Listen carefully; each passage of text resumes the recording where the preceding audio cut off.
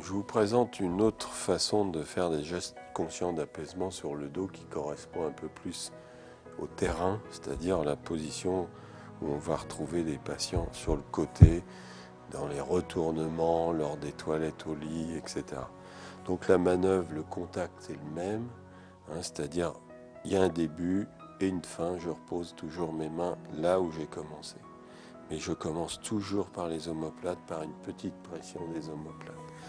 Alors si vous avez la possibilité, c'est toujours très contenant, très rassurant de faire avec les deux mains. Mais si vous ne pouvez pas, vous gardez un contact et vous faites avec une main comme ça. Voilà. Même chose, là vous pouvez appliquer relaxant, partant de la colonne. Voilà. Bien aller chercher le bas du dos, c'est-à-dire ces contacts avec... Ou alors, stimulant, je ramène un petit peu plus à ce moment-là vers la colonne. Et vous pouvez appliquer ça tout à fait pendant les toilettes. J'ai fini, je reprends contact et éventuellement on retourne la personne de l'autre côté, on fait la même chose, c'est-à-dire vous mêlez le soin avec le geste conscient d'apaisement nécessaire pour détendre, apaiser, sécuriser le patient. De temps en temps, vous pouvez vous retrouver derrière la personne, sachant qu'elle doit être sécurisée avec l'oreiller pour ne pas avoir la tête dans le vide, qu'elle n'ait pas peur de tomber de l'autre côté. Mais vous pouvez vous retrouver dans cette position lors du soin. Donc le contact est le même. Soit vous agissez avec une main en ayant un contact avec l'autre, soit vous agissez avec deux mains et vous faites toujours ces 8. Vous pouvez même regrouper vos deux mains comme ça, le gant de toilette sur celui-ci. Et là, vous mixez également le soin, c'est-à-dire la toilette du dos, avec des gestes conscients d'apaisement, c'est-à-dire vous allez bien chercher les points d'ancrage, en appuyant bien sur ces points d'ancrage. Là, je vous remontre avec deux mains. Voilà, une main, celle qui vous sonne. Donc vous voyez, de faire des 8 comme ça, c'est tout à fait intéressant pour la personne dans la détente, dans la sécurité et la confiance qu'elle peut établir à votre main, plutôt que de faire des gestes comme ça. Et vous terminez toujours par les omoplates. Voilà, donc une autre proposition dans laquelle vous vous retrouvez souvent pour terminer un soin de toilette, on pense à verticaliser le plus possible la personne, donc il faut qu'elle ait les pieds plutôt en appui. Et là, dans cette position-là, derrière le lit, avec une main, l'autre en contact, vous pouvez proposer un geste conscient d'apaisement un peu relativement rapide, voilà, qui va couvrir le dos. Voilà. Alors soit avec une main, soit avec les deux mains, comme ça, vous pouvez repartir. Voilà, comme ça. Il faut savoir que il faut mieux être dans un temps plus court, avec un geste lent, plutôt qu'avoir des gestes rapides dans un temps plus long. Voilà. Donc, je ne reste pas très longtemps, une minute et demie, mais je fais des gestes lents, gestes conscients, en allant bien chercher sur les points d'ancrage. Je ne perds pas le contact. Une autre possibilité, si vous jugez que c'est plus sécurisant, de vous asseoir au bord du lit et de faire avec une main là, de refaire ces gestes-là pour finir un soin, pour finir une toilette, ce geste conscient d'apaisement. Vous prenez un peu de crème et vous appliquez en reliant bien ces points d'ancrage. Voilà. Toujours reposer les mains sur les épaules et on termine.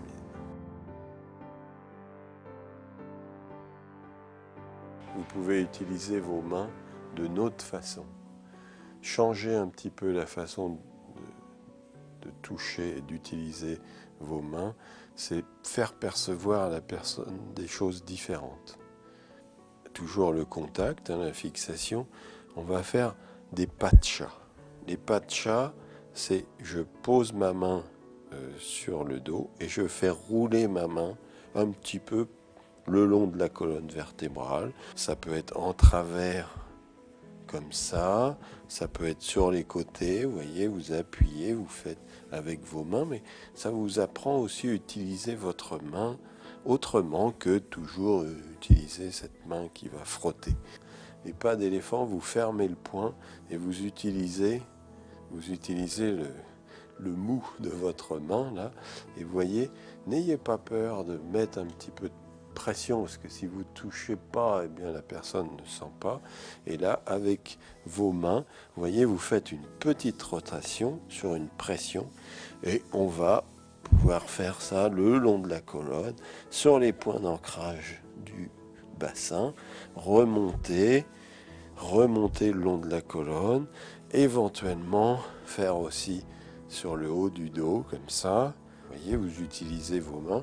Alors les mains, il faut bien qu'elles soient dissociées si vous voulez, ou vous pouvez les faire en même temps, comme ça. Enfin, à vous de voir le confort que vous avez pour faire ce genre de pratique. Mais c'est une pression plus punctiforme, avec une pression, c'est différent, perception différente. Voilà.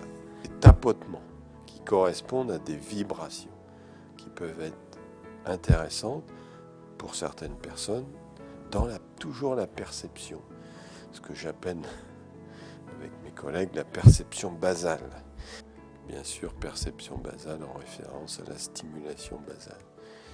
Vous tapotez le long de la colonne, tout le dos, ou vous tapotez avec les deux mains, ou vous tapotez avec une main, mais l'autre main est toujours en contact. Elle n'est pas dans votre poche, elle est toujours en contact.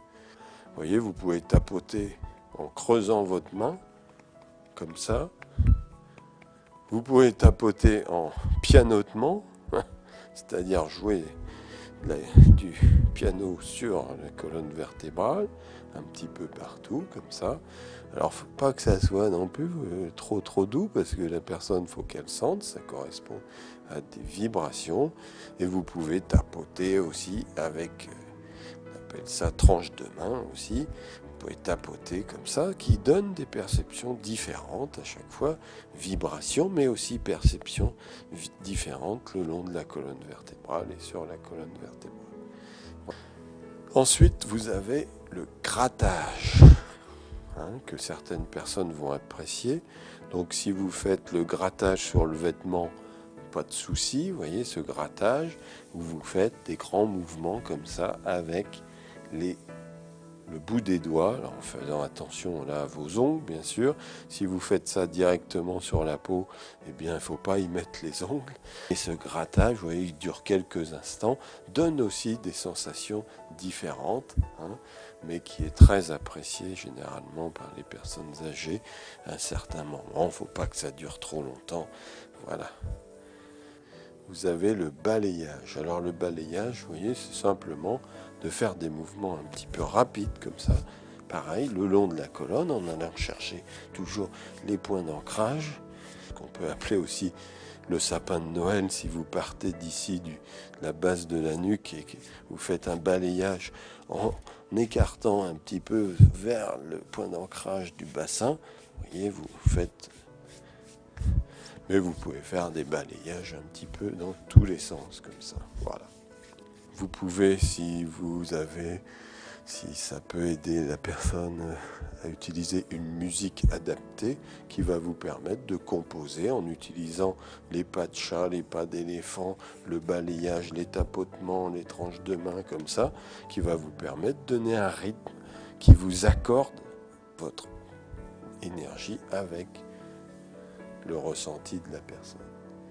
Voilà. Et après, on a toujours une phase, je repose mes mains quelques secondes là où j'ai commencé.